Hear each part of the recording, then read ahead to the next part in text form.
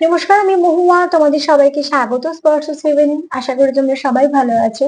যারা প্রথম থেকে সঙ্গ দিলে, যারা নতুন নতুন যুক্ত হচ্ছে, লাইক করছো, কমেন্ট করছো, সাবস্ক্রাইব করছো, শেয়ার করছো, অনেক ধন্যবাদ। সঙ্গ দেওয়ার জন্য, সাপোর্ট করার জন্য। প্লিজ পজিটিভ থেকো। তার সাথে এটাই বলবো, জেনারেল রিডিং খোলা মন নিলাম, যেটুকু মিলবে সেটুকু নাও, জোর করে কিচ্ছু ফিট করো না প্লিজ। পজিটিভ থেকো, পাশে থেকো।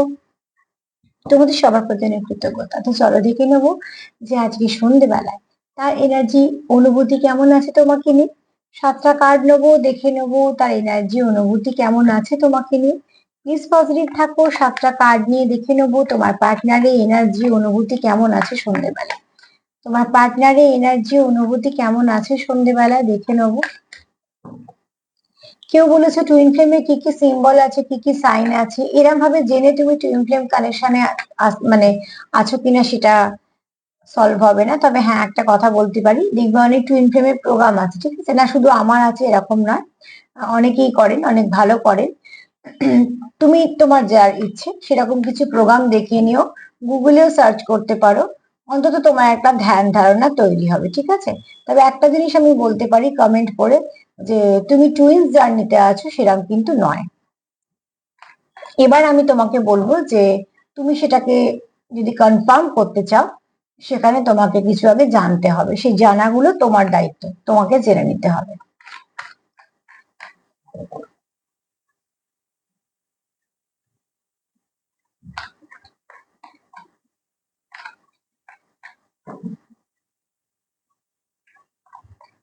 যে লিখেছো দিদি রিডিং করাবো কি করে, যোগাযোগ করব? তো পার্সোনাল রিডিং তো আমি করি না গো।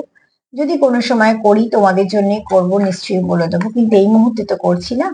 তো তার জন্য যদি করাতে হয় তোমাদের অন্য কারোকেই দেখতে হবে। তো চলো দেখে নি সন্ধ্যেবেলা তোমার পার্টনার কি ভাবছে।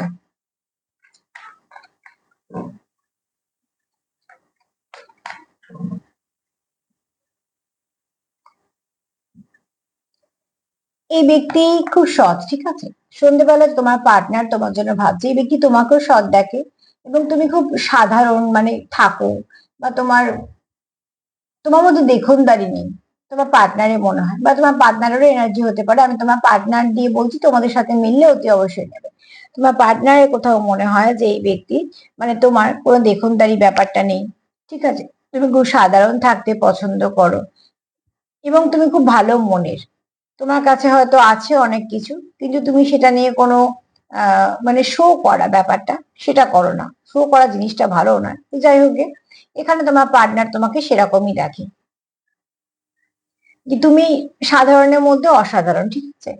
আর এখানে তোমার পার্টনারের কোথাও দেখে যে তোমার ব্যক্তিত্ব খুব ভালো। তোমার পার্টনারের তোমার ব্যক্তিত্ব খুব পছন্দ। সিম্পলিসিটি তো পছন্দই, কিন্তু ব্যক্তিত্বও পছন্দ।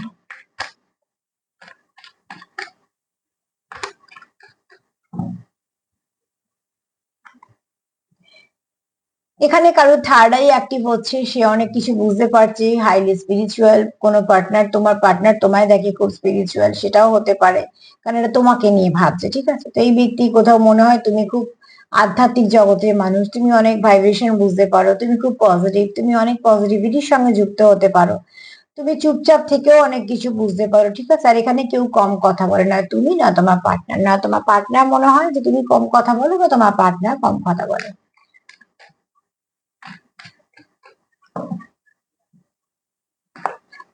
কেউ কেউ লেখো যে আমি প্রচুর কথা বলি, এরকম 3-4টে কমেন্ট পাই। যারা লেখো যে কথা বলতে ভালোবাসি, আমি নিজেই তো কথা বলতে ভালোবাসি, আমি কিন্তু প্রচুর কথা বলি। তো কথা বলতে আমিও খুব ভালোবাসি। আর সব থেকে বড় কথা হচ্ছে যে কথা বলতে ভালোবাসলে কথা বলবে। আমি যখন আমার স্টুডেন্টদের ক্লাস করি, তারা যখন প্রথম প্রথম ভাবে যে আমি হয়তো খুব চুপচাপ বা কিছু, পরবর্তীকালে আমার প্রত্যেকটা স্টুডেন্টই আমার বন্ধুর মতন ভাবে মিশতে পারে। তো সেখানে অনেকেই বলে যে কম কথা বলে, কিন্তু ক্লাসের শেষে তারা বলে যে এত কথা বললাম কি করে, এত কথা তো আমি বলি না। তো আমি আসলে নিজেও বকবক করি, আর উল্টো দিকে মানুষটাকেও বকবক করিয়েই ছাড়ি আর কি। মানে সে বাধ্য হয়ে করে, তারপরে তারও হয়তো কিছুটা অভ্যেসও হয়েছে, কিন্তু আমিও কথা বলতে ভালোবাসি।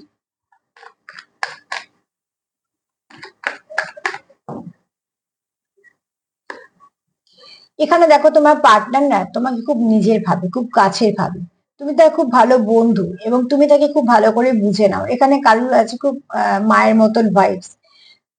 মা বাবা এই কথাগুলো, ছোট ছোট এই কথা পেছন দিকে আরো অনেক কথা বলতে হয় না, কারণ এই কথাগুলো এত অনুভূতি প্রকাশ করে দেয় যে অনেক কিছু বলতেই হয় না। তো এখানে তোমার পার্টনার তোমাকে এমন একজন দেখে যার মধ্যে ইমোশন প্রচুর আছে,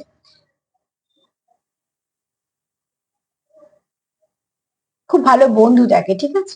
এই ব্যক্তি তোমার খুব ভালো বন্ধু দেখে এবং এই ব্যক্তি তোমার সঙ্গে কোথাও তার একটা ভালো আন্ডারস্ট্যান্ডিং আছে দেখে। তুমি তাকে সামলে নিতে পারো, সে তোমায় সামলে নিতে পারে, কোথাও একটা তার মনে হয় যে তোমার সঙ্গে তার খুব ভালো মনের মিল আছে এবং তুমি তার খুব ভালো বন্ধু।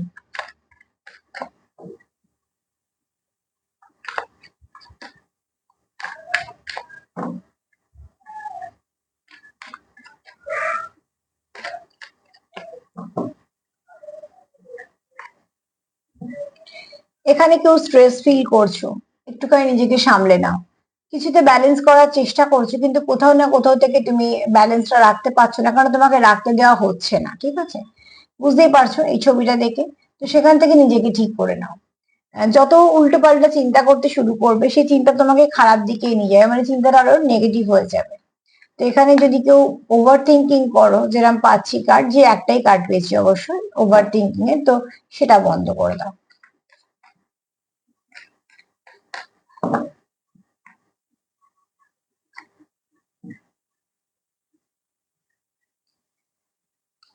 এখানে কেউ তো চায় যে তোমাদের সম্পর্কটা সুন্দর হোক, কেউ চায় তোমাদের সম্পর্কটা সুন্দরভাবে এগোক, সে তার মতন সবটুকু এফোর্টও দেয়, ঠিক আছে?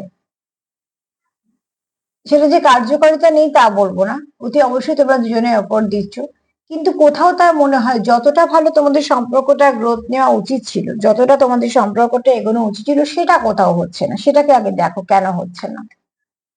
যাদের সম্পর্ক তারাই না ঠিক ভালো বুঝতে পারে যে সমস্যা কোথা থেকে হচ্ছে। এবার নির্ভর করে সেটাকে ঠিক করার তাগিদের ওপর। যদি মনে হয় যেটা আমার টাইম পাস বা অপশন, সে কখনোই সেটা ঠিক হবে না।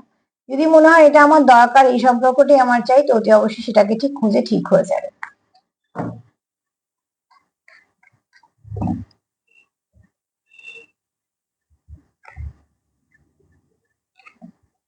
প্রত্যেকটা মুহূর্তে এই ব্যক্তি তোমার কথা ভাবে এবং তোমার সঙ্গে সে ব্যালেন্স করে চলতেও চায়। এই ব্যক্তির মনে তোমার জন্য ইমোশন আছে, ডবল টু এসছে মানে বুঝতেই পারছো এই ব্যক্তি প্রচুর ইমোশন আছে।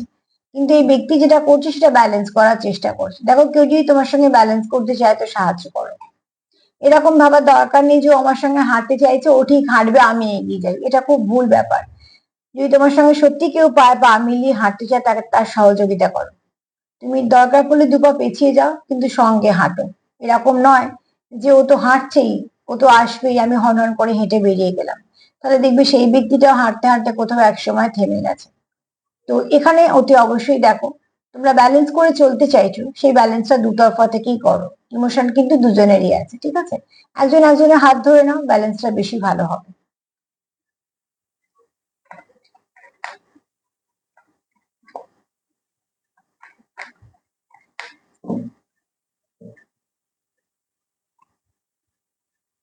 এখানে তোমাদের সম্পর্কটা খুব মানে আস্তে আস্তে প্রোগ্রেস করছে, কিন্তু করছে, এটা লং টার্ম সম্পর্ক। কচ্ছপ এটাই বলে দীর্ঘায়ু। তো এই সম্পর্কটা বহুদিনের সম্পর্ক হবে, এই সম্পর্কটা সহজে ভাঙবে না, সম্পর্কের স্ট্রেংথও বেশি হবে, কিন্তু সম্পর্কটা খুব আস্তে আস্তে গ্রোথ নিচ্ছে। এবার দেখো, একটা যদি বট বা অশ্বত্থ বসাও আর তার পাশে যদি কোনো একটা সিজন ফ্লাওয়ার বসাও, তো সিজন ফ্লাওয়ার 2-3 মাসের মধ্যে বড় হবে, ফুল হবে, সে আবার ঝরে যাবে, শুকিয়েও যাবে। বট কিন্তু 30 বছর ধরে থাকবে বা 300 বছর ধরে পেয়ে যাবে, কিন্তু আহ যেমন আমরা অনেক গাছের গল্প শুনি যে কত আগেকার, সে সময়ও তো তাই নিয়েছে। তো যে জিনিসের মানে তোমার ডেপথ বেশি, সে জিনিস বেশি সময় নেয়।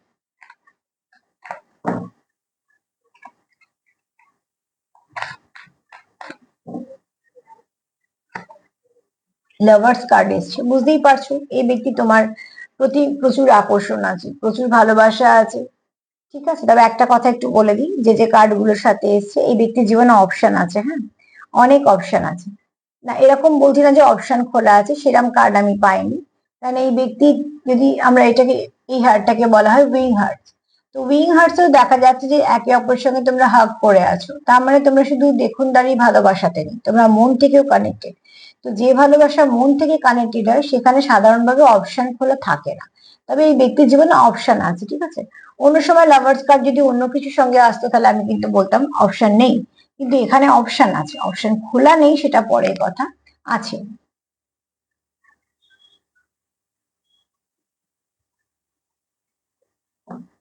8টা কার্ড হয়ে গেছে, তো চলো আর একটা নিয়ে 9টা করে দিই।